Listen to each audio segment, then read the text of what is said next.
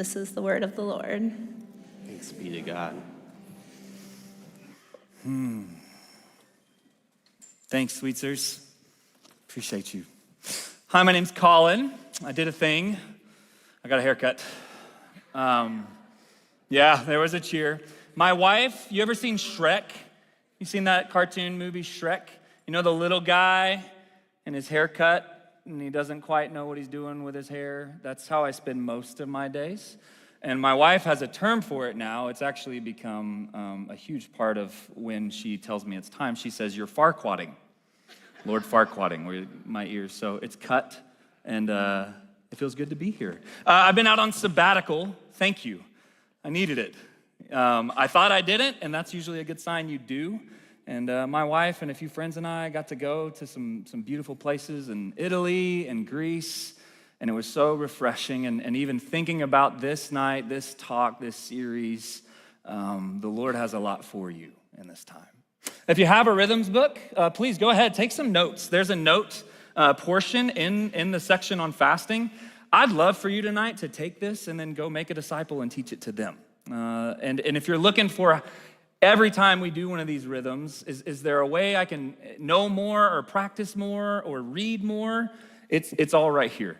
And so if you don't have one of these, talk to us before you leave tonight. We'd love to get you one. And were you here last week? Anybody with Dr. Gary Oliver?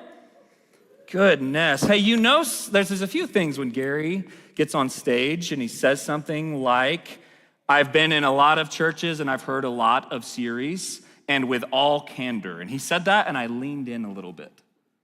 He said, "With all candor, this rhythm series is of utmost value and importance for your walk with God." I love this series. I mean, this is the kind of stuff when I'm on vacation, on sabbatical, when I'm reading books, this is the stuff I read for fun. So my wife's like reading an awesome like fiction novel, and she's like, "What are you reading?" And I'm like, "I'm learning about what Augustine said on prayer." And that's like what I love, and so I'm so excited tonight to be in this series. If you're new, just quick review of what we're not talking about on spiritual formation. If you're looking for some more resources, my favorite read is by a guy named Dr. Robert Mulholland. He says this: "Spiritual formation is the process, not a one-time decision, not a one, I kind of tried that and I'm done." No, he refers to it as a journey. It's ongoing. It is the process of being formed, that is our thoughts, our desires, our behaviors, into the image of Jesus, becoming like Jesus, which if you're at church and you're a Christian, that's probably why you're here, is that we want to live and love and serve more like him. And lastly, this is what I love. In a lot of formation books and people, they leave this part out. And this is why I like Mulholland. Process of being formed into the image of Jesus for what? The sake of others. Not you and Jesus in a prayer room alone and you did your thing and then you went and yelled at your kids. Not like I put off that meal and I fasted in Shekinah glory and then your spouse called and you're like, "What?" No, this is becoming more like Jesus so that we can love God and love others well. There's a purpose to it.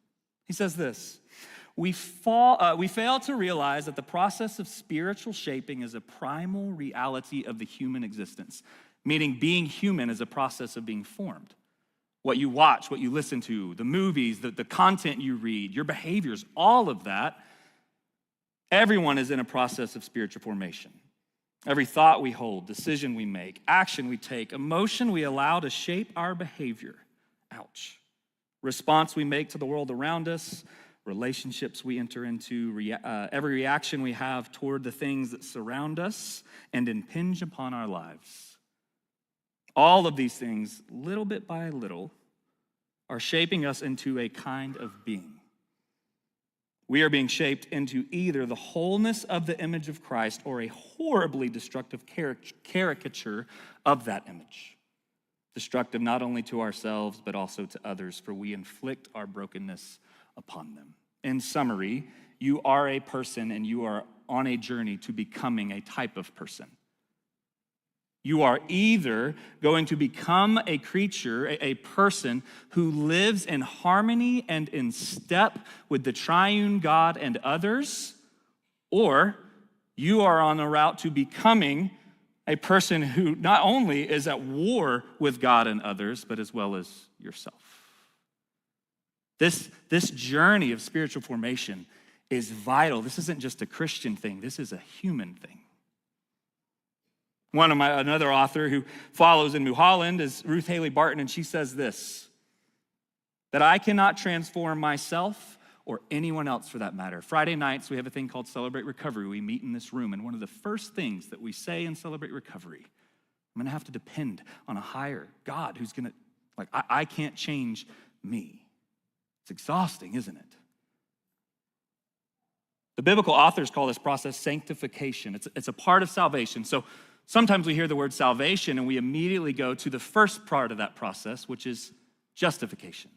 You familiar with this term? That the blood of Christ has justified you, so now the penalty of sin, done away with, gone. And a lot of times we spend most of what I like to think about in salvation is the future salvation. New heaven, new earth, glorified bodies, no sin, no evil, no death. This middle section, however, is what the biblical authors give a lot of time towards. Sanctification, the process of becoming more like Jesus. Barton says that God's work is the transformation. Our work is obedience. Because I can't change myself or anyone else, but what I can do is create the conditions in which spiritual transformation can take place. By developing and maintaining a rhythm, a pattern, a holy habit, as Gary said last week, of spiritual practices that keep me open and available to God. So tonight, we've already covered spiritual formation. We've covered prayer. Can't encourage you, if you missed last week, go back online and watch it. I mean, Gary, good Lord, it's fun to hear a guy who's just, it's just like a fount coming out of him. But tonight you get the guy who fails his way through fasting, which is really good news because even walking in tonight, someone was like, are you teaching tonight? And I was like, well, I'm kind of just hoping the Holy Spirit does his thing because I have not done this one well. So if last week you got the expert, tonight you get the guy who's like, I'm still figuring this out. Let's do this together. Cool? How are we feeling? Good? All right, let's dive in. Fasting. As a Westerner, I have a view, and you do too. We've been formed by our culture about what fasting is and what fasting isn't. First off, a few things to note about Western culture. Do we love to wait slowly and patiently for our food? And we just sit there and we bask in the glory of God as we, Lord, this food you're gonna place in front of me, is that our culture? I literally saw an article when Starbucks started accepting tips, people boycotted Starbucks because the line got longer. Because people were tipping the workers. So they couldn't get their mocha frappuccino, venti size, 2-pump vanilla as fast as they wanted it, so they boycotted the organization. We are in an instant self-gratification culture, aren't we? What I want, when I want, how I want it, where I want it. We actually have an app now. DoorDash, anybody? Whoop, whoop. Where are we at? It costs so much more money. COVID hit, and my wife and I got that, and our grocery and dinner expenses went out the wazoo. Even the other night, she's like, please go get kava. It's $30 to get a bowl. That case, it's $12. Just go get it. But our culture, we have this instant self-gratification, don't we? So we're already kind of swimming upstream when the biblical authors talk about fasting. Also, we don't have a very healthy relationship with food, do we? Now, for some of us, it's too much. It's too much comfort. And so we feel shame, or we feel guilt, or we feel this we're not good enough, and we run to food to try and satiate and fulfill that desire that it can't be desired. Or some of us, we avoid it. Food is of the devil. And so we're doing this diet and that diet, and we've done this and this and that, and we're trying to not eat and enjoy something God's created. But there's this unhealthy relationship with food in the West, isn't there? Even so much so, we have a term for people called foodies, where they travel the world and they post different pictures. Could you imagine the Apostle Paul talking about food in our day and age and being like, you guys are taking pictures of it? What? You travel to different places to get a picture and post it so that you can get at? We don't have a healthy relationship with food. And so what I see is when we come to fasting as Westerners, there's kind of 3 camps we can fall into. One is it's the camp of political protest. There's injustice. I'm going to seek that justice, so I'm not going to eat. This is Gandhi in India, where there was an oppressive political rule, and he said, I'm going to fast, and it made its way through all the way up to power and caused some changes. It's a nonviolent expression of this is unjust and I want change. And the second one is religious piety. It's I'm going to do this so that this God or this part of my righteousness can be displayed and I can show how faithful and committed I am to a deity. Or sometimes it's even so I can earn affection and affirmation from that deity. Or thirdly, it's the self-image, it's personal image. It's this seeking the ideal weight or the ideal body or to put off this thing and all of it to display a body image that I feel like will give me the approval and favor I desire from others. Now, inherently, are any three of these things wrong? Is it wrong if there's corruption in a political system to say, I'm not going to be violent, I'm not going to overthrow it, but I am going to, as a display, say, I'm going to put a public display of protest? No. Is it wrong to say, I'm going to follow into this God and his way of life, and so I'm going to fast in order to grow to be more like him? Or in some scenarios, it's even so that we can invite others on this journey. And inherently, no, there's nothing wrong with religion and fasting. Is it wrong for you to be like, hey, I want some six-pack abs, so I'm going to intermittent fast, and I'm going to eat from this window and that window? And no. But again, as Westerners in our culture, if that's our understanding of coming to the scriptures and what Jesus, when he talks about fasting, we're going to find ourselves even more empty than we started. So 3 ways to not fast like Jesus. What we're not talking about as we approach the spiritual practice of fasting.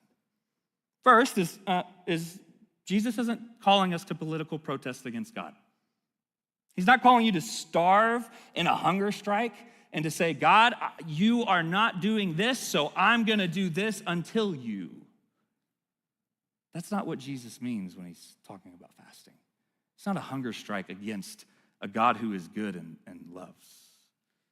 It's not this religious ritual, as we even saw in Isaiah, and we'll look again here in a moment, where you're starving yourself for God's affection and approval. That as if you're fasting and abstaining from something and even harming your body is going to cause God to love or accept you more? Does that sound like the good news and grace that Jesus talked about in the Gospels? No. It's not this personal image without God. It's not trying this or that diet so that I can have these or that results and has nothing to do with my spiritual life. Friends, I am guilty of all 3 of these in my learning to try and grow to be more like Jesus in fasting. I have had seasons where the circumstances are not what I want, and I've come to God in those circumstances, and I have come to him angry, and I have come to him frustrated, and I have said, until you do this, I'm not going to eat. God's like, fine, that's okay. And rather than seeing it as an opportunity where God's actually with me in those circumstances and transcends those circumstances. I've also been on the boat of look how holy and awesome I am for not eating for this extended amount of time. I've been with churches and Christians and other organizations, and we're just bragging about our times with God when we're not fasting or we are fasting, and it's gross. And it's all rooted in this. I wonder if God really does love me. Hey, I struggled with anorexia and bulimia from 16 to 18, really bad. Depression set in, and I wasn't going to kill myself, but I was dang sure going to hurt myself. And I saw a great way to hurt Call would be to not eat food. So I'm going to starve myself. And it was a painful, painful season, not acknowledging God with me in those moments and in that dark space. Hey, stay with me for a second. I don't know what circumstances you're in right now. Maybe it feels like the ground's fallen out from under you and God has abandoned you. And you're feeling this anger and that God is some tyrant that is oppressing you.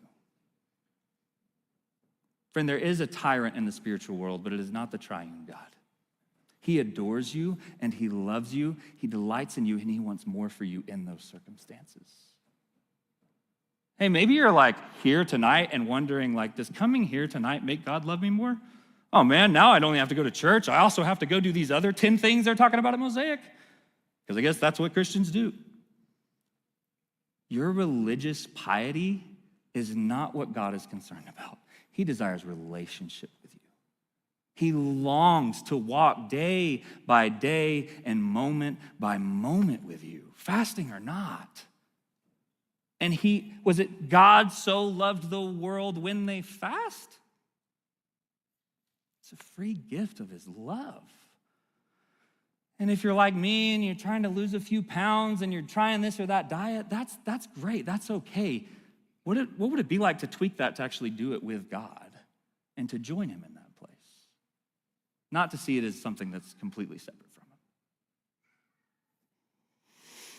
him. And for us tonight, what I'd love to see you leave with is that as a follower of Jesus, we fast because of this. These three things. One, we fast to delight in God's presence. He's the God who's with us always, even in the worst of circumstances or the greatest of joys. And we delight. We put food aside and we say, I'm going to delight in you. Two is we depend on God's provision, because man can't live by food alone, by bread alone, Jesus says. We do need food, but that's not the only thing we need. And we take our needs to our good and gracious Father. And lastly is that we partner with God in his purposes. How are we doing? Good? Ready to get in some of the scriptures and what they say about it? Follow me. In Genesis, we actually see from the very beginning of the scriptures, it's important to notice that evil and sin and death enter the human experience during a meal. Isn't that fascinating? It's through a meal. It's the twisting where the enemy, the crafty serpent, comes in and he takes a desire. God might be holding out on you. He told you you couldn't do what? And these lies, and he takes the desire of food that looks good and he twists it. And then from there, it causes damaging behaviors. Distorting the desire, damaging behaviors. Adam and Eve now at each other's throat, hiding from God, and we just have turmoil in the human experience. And lastly, it results in distorted lives. That from there on out, that meal causes everything in and around us to not be the way that God intended. That God's given mankind everything we need. He's invited us. First and foremost, he actually starts with abstinence, abstain. You can eat everything you see, but don't eat this one. That the human experience, the walk with God, begins with an abstinence, with a not partaking in a certain meal. One brilliant Old Testament scholar, Sarna, says, unrestricted freedom does not exist. Freedom is obedience to God, not getting what I want when I want it. That's hard for us to understand sometimes, isn't it? Humans are called upon God, by God, to exercise restraint and self-discipline in the gratification of appetite. That prohibition of Genesis 2:17, eat all of them, but not this one, is a paradigm that causes all future legislation relating to the dietary laws in ancient Israel. And as you get into it, so let's get a solid definition here of what fasting is and what fasting isn't. In the scriptures, there are two words to describe fasting. There's one in the Hebrew and there's one in the Greek. The Greek is actually just a transliteration out of the Hebrew. The Hebrew word for to take a fast is sum. T-S-U-M, sum. And literally it translates to, everybody hand up with me if you wouldn't mind. To sum is to the covering of your mouth. Okay, so something about this covering of mouth, this sum, somehow translates to a practice of worship and enjoying God. And here's the beautiful thing. In ancient Hebrew, you can find some of the scholars talk about when they are summing, it's them saying, I'm not going to fill myself up from here. I'm going to fill myself up from somewhere else. So I'm abstaining from food and water, sum, cover the mouth, in order to be filled by something in someone else. And so what we see all throughout is fasting in the Old Testament and the New Testament is a way to pray with the gut. It's a way that we engage. Now, Westerners, we love to pray with our minds, don't we? And to think, and that's good. There's also a way that we could pray with our entire body. We have a word we call hangry. Anybody been hangry? You might be hangry right now. It's an experience in which we exist and experience the world around us from here. And so when we fast, not only are we praying with our mind, fuck it up, let's go. Together, one pat on three, 1, 2, 3. It's the way we pray with our gut. It's the way we engage God with our body. It is, first of all the spiritual rhythms, when put in the right place, are a grace. They are a gift. These are not rules for you to do in order so God might do X, Y, Z. These are not things that if you don't do it or you miss it or you mess it up, like, no, this is a grace.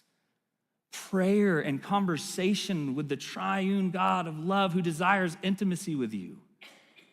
Silence, solitude, Sabbath, fasting, setting aside a meal is a grace.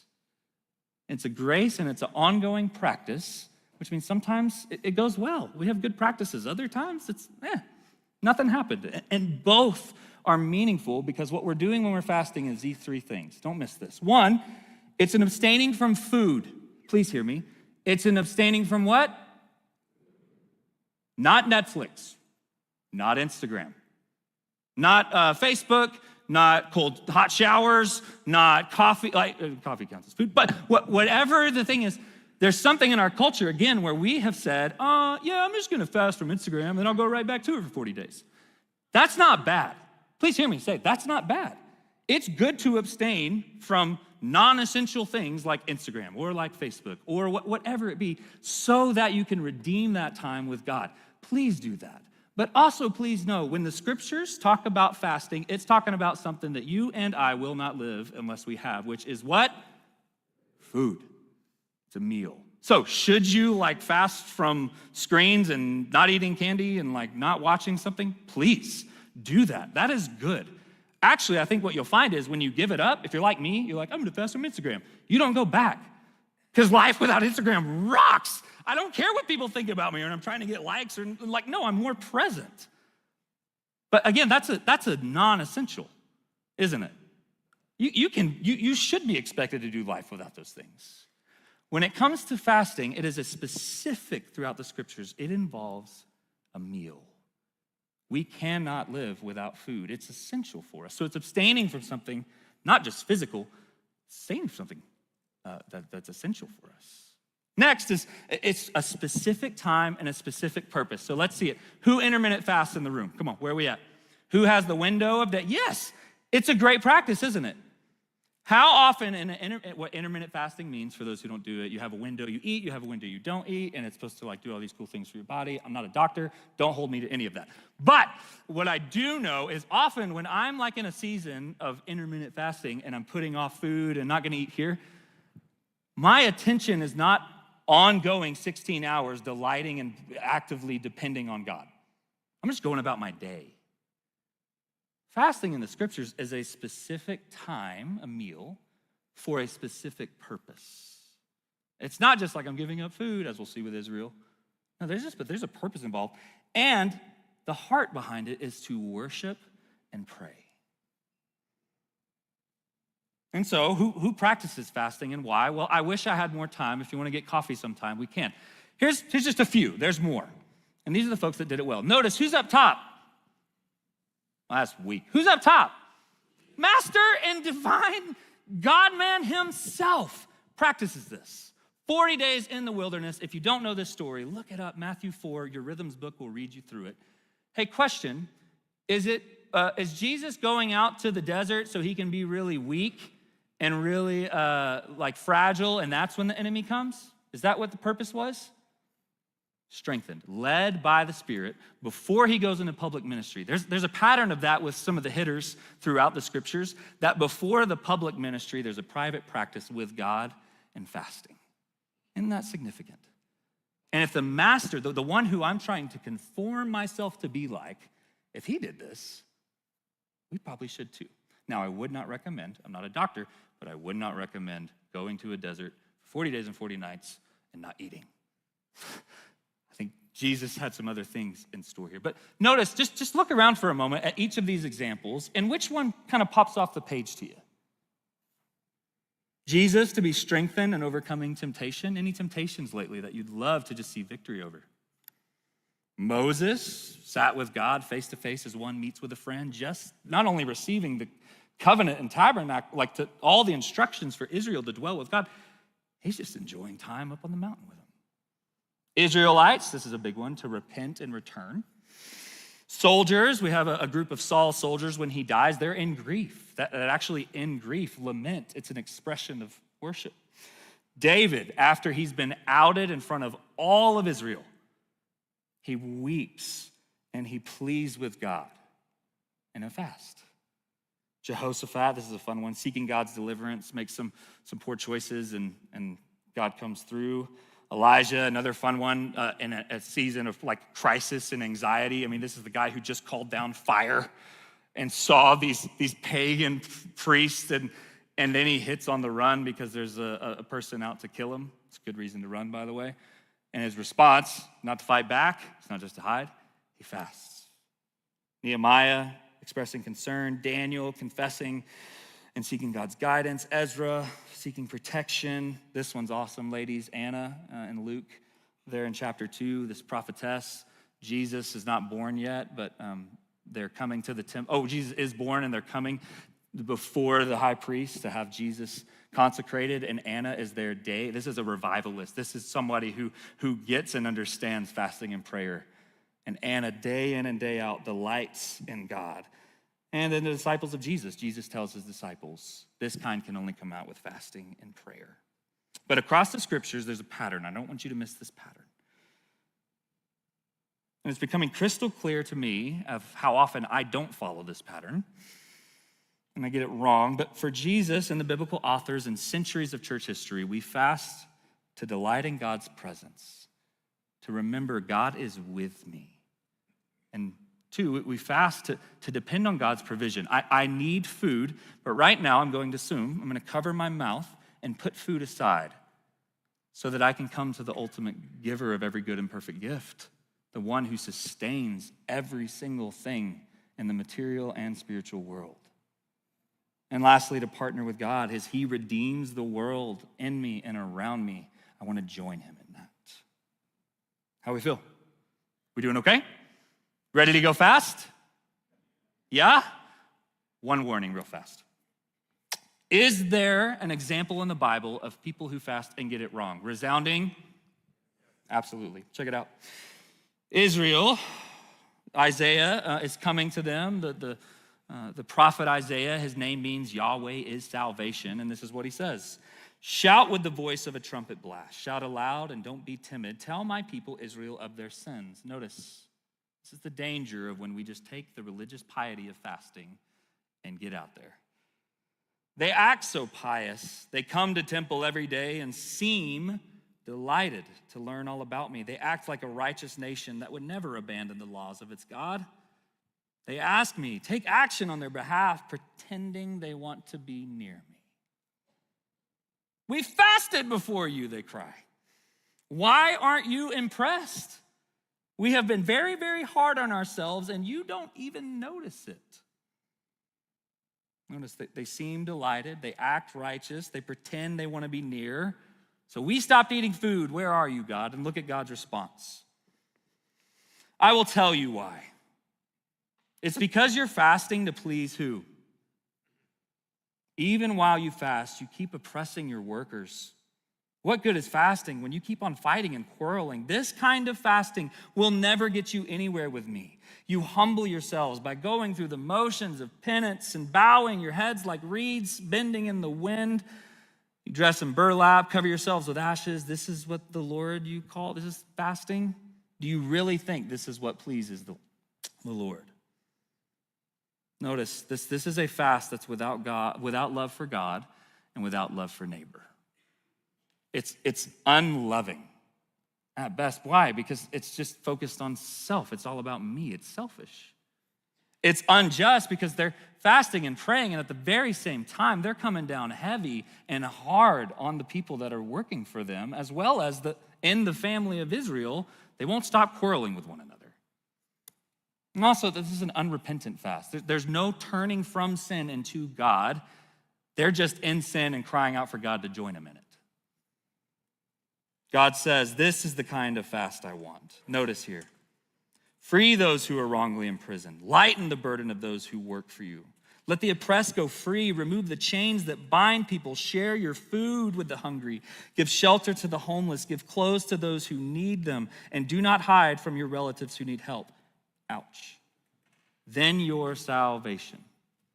Now, are we talking justification salvation? Like do these things and then God loves you? No. We're talking about that sanctification, becoming more in step with what God's doing in our world. Then your salvation will come like the dawn. Your wounds will heal quickly, and your godliness will lead you forward, and the glory of the Lord will protect you from behind. You'll call to the Lord. He'll answer, yes, I'm here. He will quickly reply. Remove the heavy yoke of oppression and stop pointing the finger and spreading vicious rumors. See, for God, it seems like giving up of food and abstinence from in that period of time is directly correlated in your love and affection for him and in your actions and love for others. Jesus would echo the same thing. Notice here, Jesus does not say if you fast. Also notice, Jesus directly correlates what Isaiah just said to these Israelites fasting. All of Matthew 6, this is Jesus' manifesto for disciples of Jesus. This is how you're supposed to live as a follower of me. When you give to the needy. If you give to the needy, when you give to those who are in need. Secondly, he says, when you pray. If you pray, if you have ongoing intimate conversation with the Father, when you do these things. And when you fast, it's expected. As a follower of Jesus, this is part of what we do as followers of him. He says this, when you fast, don't look somber like the hypocrites do.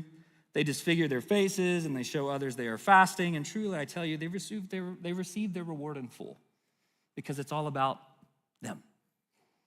When you fast, put oil on your head, wash up that face, show everybody how close you are to God and how much you are in step with what he's doing in the world so that it will not be obvious that you're fasting.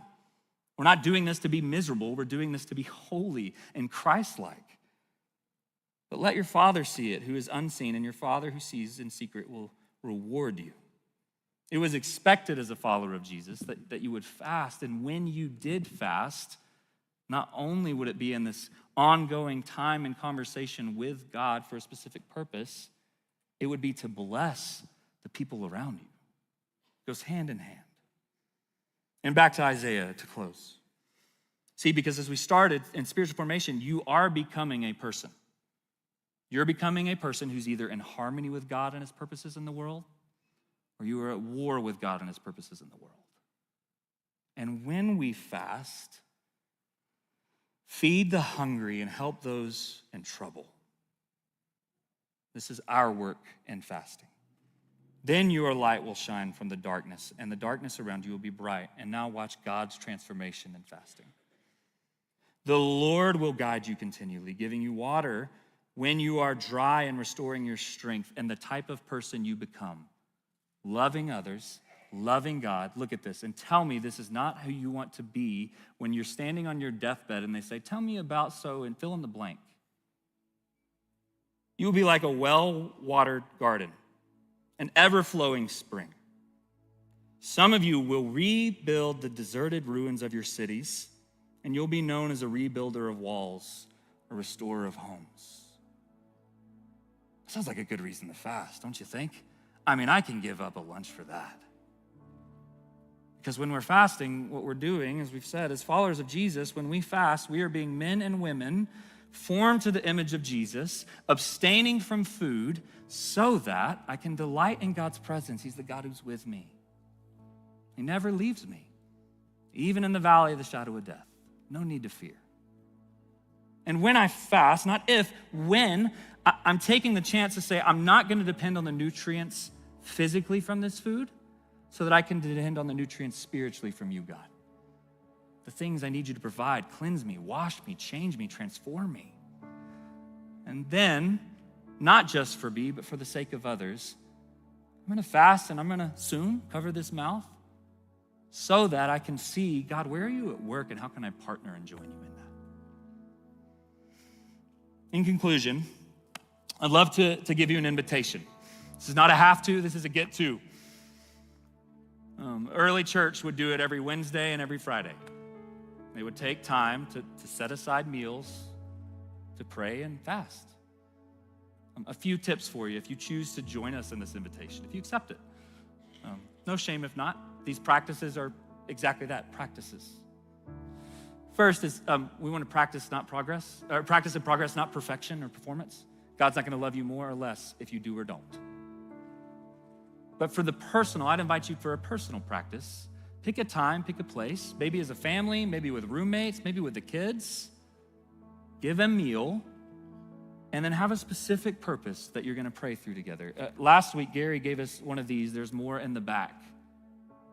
Maybe just give up a meal and read through this for an hour. And just watch what God does in and through you as you do this as a habit, as a practice. This one I'm excited about.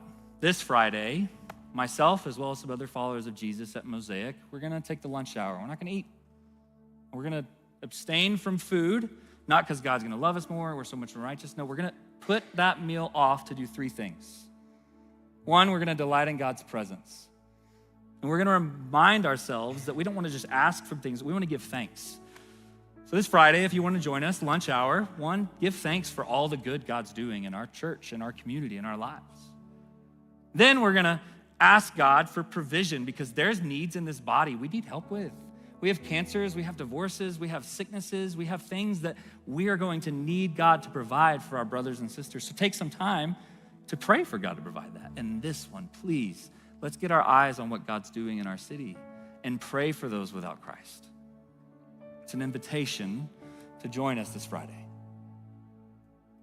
And tonight, before we fast, we're going to feast.